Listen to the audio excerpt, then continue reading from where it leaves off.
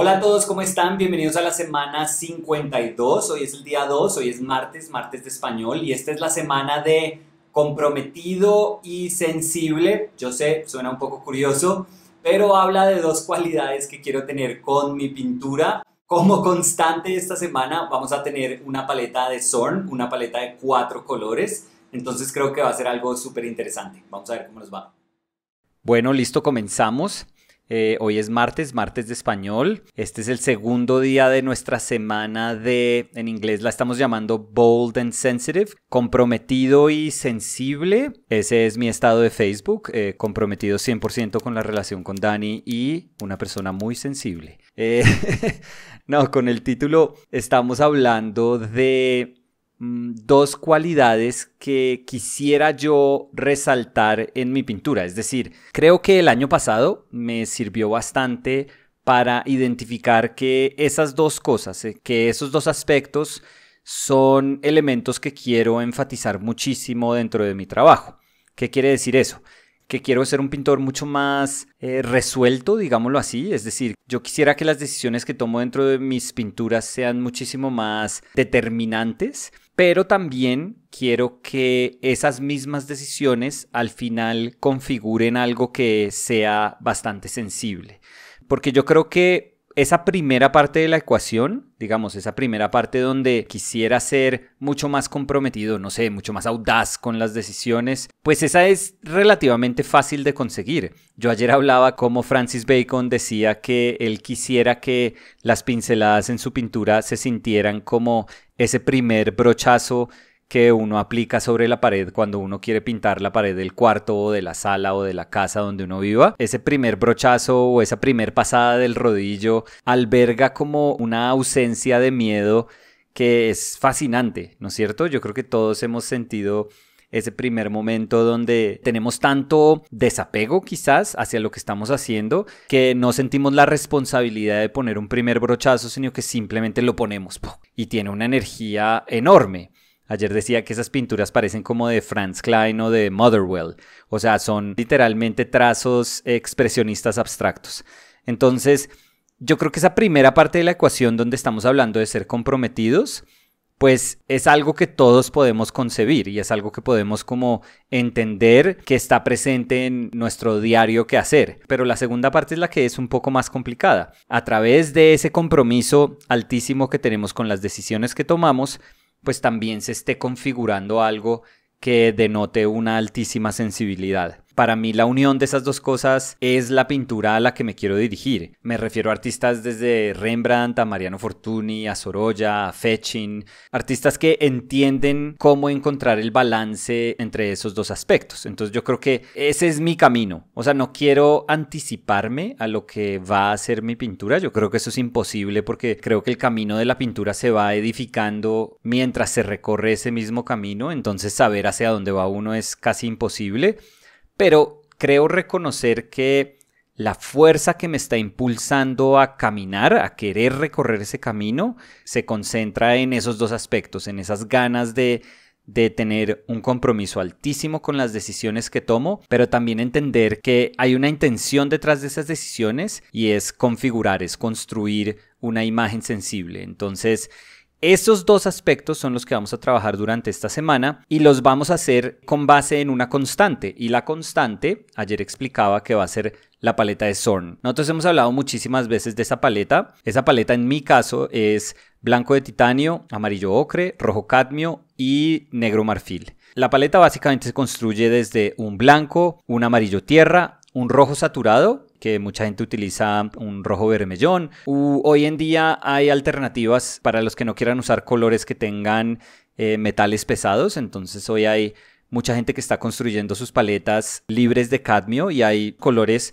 algunos sintéticos, otros mezclas de colores orgánicos que son, en el caso del matiz rojo, unos rojos muy brillantes, muy saturados, con los que pueden reemplazar, por ejemplo, el rojo cadmio y un pigmento negro. En mi caso yo utilizo negro marfil, que se me hace que es un pigmento negro fantástico, súper versátil. Entonces ya entendimos como el objetivo de la semana y ya entendimos cuáles van a ser las herramientas que vamos a utilizar para tratar de construir pinturas en donde ese objetivo sea visible.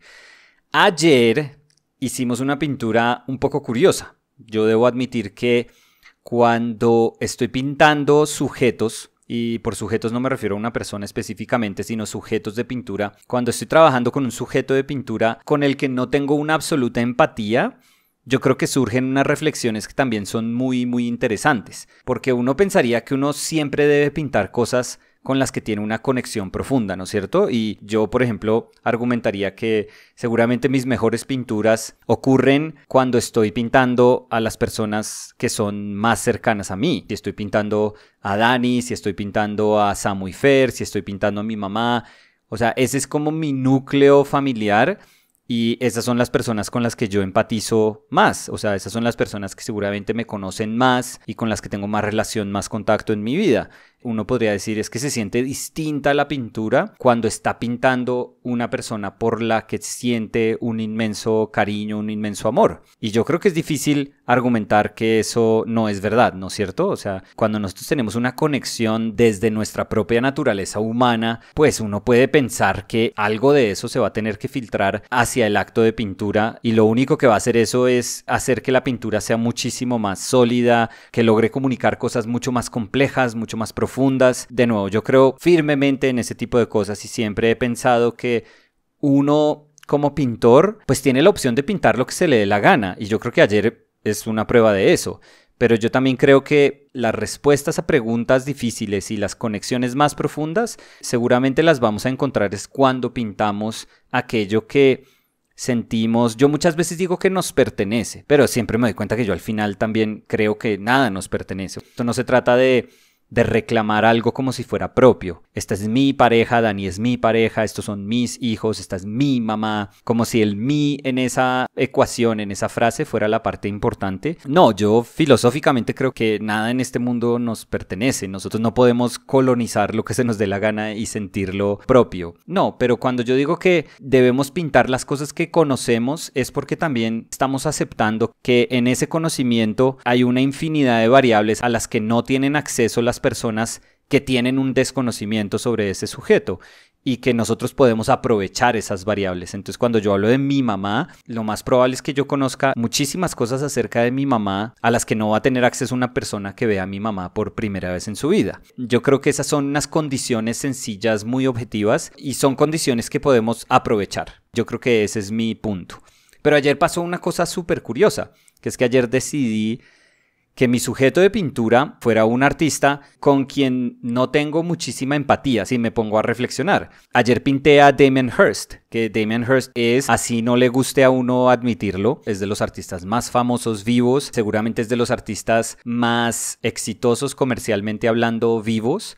Es de los artistas vivos que ha tenido un impacto mesurable, grandísimo sobre esa constante redefinición del mundo del arte. Entonces, es una persona cuyo efecto sobre el arte contemporáneo no podemos cuestionar. Así nos guste o no, no podemos cuestionar eso. Yo ayer incluso hablaba de cómo la inclinación natural que tiene este artista es una inclinación honesta, porque él es muy directo cuando hace ese tipo de afirmaciones. Él es una persona que le interesa, yo creo que el proceso creativo, pero también le interesa con la misma relevancia, incluso yo pienso que le da hasta más jerarquía a ese aspecto, la comercialización de la obra de arte. Ayer di varios ejemplos, pero un ejemplo donde eso es muy claro es que él es un artista que pasó por encima de las galerías y llevó su obra directamente a estas casas de subastas, a una de las dos más grandes. Llevó toda una exposición a Sotheby's y terminó subastando toda la exposición por $200 millones. Es una persona que elimina todo lo que siente innecesario. ¿Por qué lo llamo innecesario? Porque es que, digamos que tradicionalmente en lo que es como el mercado del arte, pues la persona trata de socializar su obra en una exposición pública y con base en las ventas que pueda haber en esa exposición, pues esas obras empiezan a adquirir un valor agregado y empiezan a entenderse como unas inversiones. Lo que normalmente sucede es que esa ecuación se ejecuta en un espacio de tiempo determinado y normalmente pues tienen que pasar un poco de años para que digamos que esa naturaleza de obra de arte como inversión. Damien Hirst dice, no, yo soy Damien Hirst, yo me puedo brincar todo esto y yo puedo vender mi arte no como arte sino directamente como inversión y lo que la persona está comprando es una inversión, punto. Él vendió $200 millones en acciones de Damien Hirst. Eso fue lo que hizo. Claramente la mano del mercado del arte tratando de interferir en lo que sería una filosofía superficial, pero una filosofía que está construyendo la obra de arte. Entonces yo siempre he creído que eso es curiosísimo, como la comercialización del arte, y esto no es nuevo, o sea, la comercialización del arte durante la historia puede entecar el proceso creativo, y creo que Hearst es de esas personas que no tienen ningún tapujo en decir, no, pues es que a mí lo que me importa es hacer plata, es hacerme millonario. Y ustedes podrían decir, bueno, ¿y por qué lo está pintando? ¿Para qué lo pinta? O sea, si yo no tengo ese tipo de empatía con él, ¿para qué lo estoy pintando? Porque incluso ni siquiera nos une el acto de pintar, porque él entiende la pintura de una forma distintísima. Por ejemplo, la gran mayoría de sus pinturas ni siquiera las ejecuta él. Él ahorita está pintando como unos árboles, unos cerezos así, medio expresivos, medio impresionistas, no sé, pero cuando ha hecho otras pinturas, él manda a hacer las pinturas. Entonces él tiene un entendimiento distintísimo de lo que es el quehacer pictórico. Entonces ni siquiera la sensibilidad en cuanto al acto de pintar nos une. Y entonces uno podría decir, pues entonces ¿para qué lo está pintando? La razón es como súper sencilla, y es que en mi proceso pictórico, en la manera como entiendo yo el acto de pintar, y es una manera que ha sido reforzada con este último año de pintura y ojalá se solidifique aún más con lo que pueda hacer durante este año, es que la pintura es un acto que socializa, pero socializa en todo nivel. O sea, literalmente hay una horizontalidad inherente al acto de pintura. Es decir, y yo ayer ponía el ejemplo que yo pude pintar hace unos días una bolsa de panadería donde había un par de roscones, y puedo pintar eso con la misma entrega y con la misma sensibilidad que cuando estoy pintando a Damien Hirst. O sea, Damien Hirst es igual a bolsa de roscones, que es igual a mi hija, que es igual a mi mamá, que es igual a un perro con una almohada atrás, que es igual a un gancho de ropa. Y esto no lo estoy diciendo como si estuviera tratando de ofender al ser humano que equiparo con un gancho de ropa, y tampoco lo estoy diciendo para elevar la bolsa de panadería al estatus de la humanidad que hay detrás de mi mamá. No es ninguno de los dos. Es que quiero tratar de entender todo como si fuera exactamente lo mismo. Exactamente lo mismo. Es parte como de una naturaleza, y es una naturaleza que va a ser sensibilizada a través del acto de pintura. Entonces, en ese sentido se me hace súper bonito que aquí está este artista que es más grande de lo que es racionalmente concebible. Yo sé que nosotros empezamos a normalizar cifras, pero vender en una exposición / subasta $200 millones es una absoluta tontería, es una cosa ridícula. O sea, y nosotros nunca deberíamos perder el sentido. Ningún artista vivo debería estar vendiendo a esos precios, porque no hay obra de arte que uno haga que honestamente debería costar ese tipo de dinero. Yo creo en eso. Pero entonces hay algo súper bonito de decir, está esta persona que es una versión de artista contemporáneo casi que inasible, y que cuando lo veo yo poniendo en sus historias una foto de él sentado así en un sillón con un par de perros encima de las piernas, me acuerdo de que es un ser humano cualquiera. Literalmente es un ser humano cualquiera. De pronto tiene puesto una chaqueta de sudadera que vale más que toda la ropa que yo tenga en esta casa. Eso puede ser cierto, pero no importa. Y siendo cualquier otra persona, la puedo pintar como cualquier otra persona. Incluso esa calidad de cualquier otra persona yo creo que se ve reflejada cuando uno dice, lo voy a pintar como parte de un acto de pintura en donde he pintado un piso de madera, una calle, una pera, una bolsa plástica, un Damien Hirst, a mi mamá, un montículo de tierra. O sea, ese es un listado que debería entenderse de la manera más monótona posible. No monótona como aburrida, sino como incambiable, como constante. Que uno pueda lograr hacer ese listado y que no exista una aparente jerarquía entre esos elementos, pues a mí se me hace que es una cosa maravillosa. Ahora, para hoy quería hacer algo un poquitico distinto y quería enfrentarme a un artista con el que sí tengo muchísima empatía, que se me hace que es un dibujante fantástico, poderosísimo hoy en día, que se llama Alex Min. En Instagram lo pueden encontrar como Mr. Min. Y en el dibujo de él se pueden ver como muchísimas vertientes, o sea, obviamente tiene ese dibujo a lo Chile, súper comprometido, pero también uno puede ver un dibujo como de ilustración de los 50, 60, 70 y también se ve toda la inclinación que tiene por dibujo de moda, de fashion.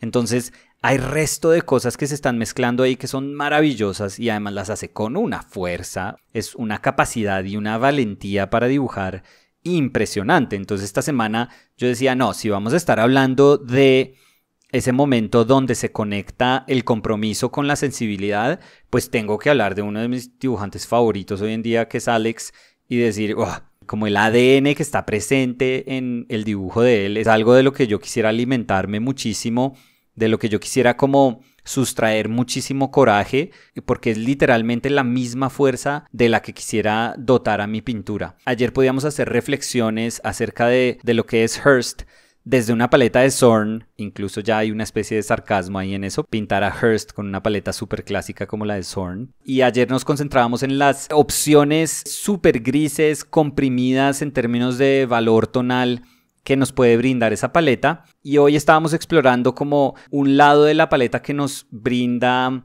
un acceso un poco más naturalista. Entonces estábamos aceptando la variación de matices que puede haber en esa paleta, un poco más de contraste, un poco más de saturación, todo en pro de acceder a esas posibilidades más cromáticas que tiene esa paleta, para acordarnos que sí, nuestra paleta puede ser constante, nuestro origen para esta semana puede ser constante, pero el resultado se puede sentir bastante distinto.